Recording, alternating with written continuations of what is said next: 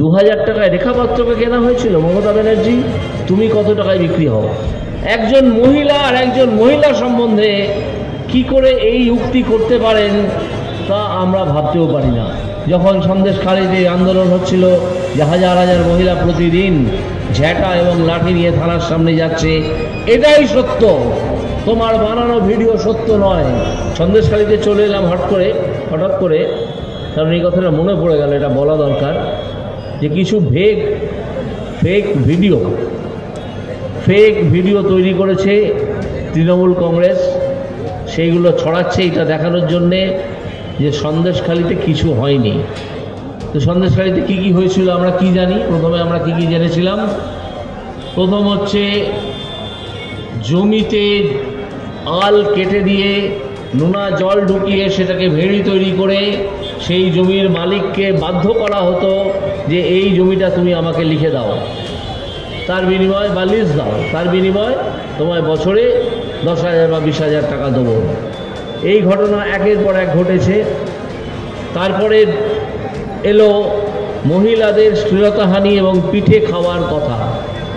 এটা আপনারা নিশ্চয়ই জানেন যে পিঠে কিভাবে তৈরি করার জন্যে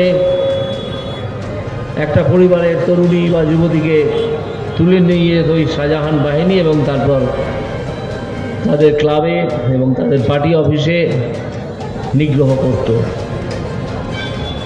তারপর এলো শাহজাহান বাহিনীর আরও বিভিন্ন দুষ্কৃত খবর। দেখা গেল বিজেপির 5 জন মানুষকে মেরে ফেলা হয়েছিল, পোস্ট পোল ভায়োলেন্স বলে আমরা যাকে জানি। 2021 সালের নির্বাচনের পর সেই 5 জনের 3 জনের মৃতদেহ উদ্ধার করা গেছে। শাহজাহানের নাম সেই এফআইআরে আছে, কিন্তু 2 জনের মৃতদেহ আজও উদ্ধার করা যায়নি। এই যে সব কাজ যা কখন উঠে এলো আপনারা নিশ্চয়ই টিভিতে দেখেছেন যে বিরাট সংখ্যক মহিলা হাতে লাঠি এবং ঝাঁটা নিয়ে সন্দেশখালি থানার সামনে অভিযান করলেন এবং সেখানে অবস্থান করলেন। আজকে তৃণমূল বলছে যে সব মিথ্যা। 2000 টাকায় রেখাপাত্রকে কেনা হয়ে গিয়েছিল। 2000 টাকায় রেখাপাত্রকে কেনা হয়েছিল। মমতা ব্যানার্জি, তুমি কত টাকায় বিক্রি হও?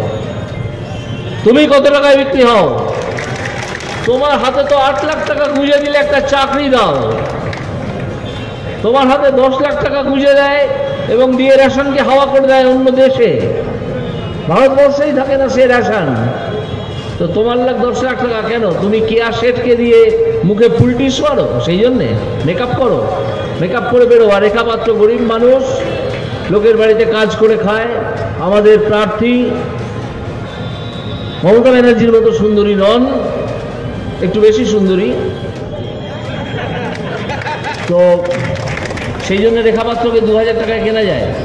একজন মহিলা আর একজন মহিলা সম্বন্ধে কি করে এই উক্তি করতে পারেন তা আমরা ভাবতেও পারি না। মমতা ব্যানার্জি মহিলা তো, আমার মনে প্রশ্ন জাগে মাঝে মাঝে।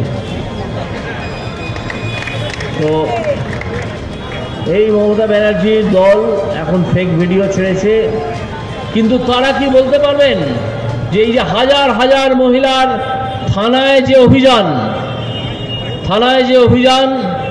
সেই অভিযানে হাজার হাজার যে মহিলা জড়ো হয়েছিলেন সবাই মিথ্যে টাকা নিয়ে গিয়েছিলেন, সবাইকে কিনে নিয়ে যাওয়া হয়েছিল। এটা কি একটা গণরোষ ছিল না?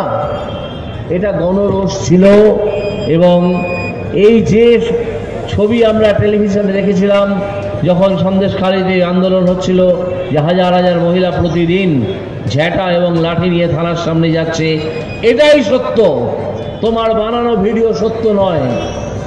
তুমি ভিডিও বানিয়েছো, বলছো জাল, বলছো ভাইরাল ভিডিও, ও ভাইরাল কাঁচকলার ভাইরাল।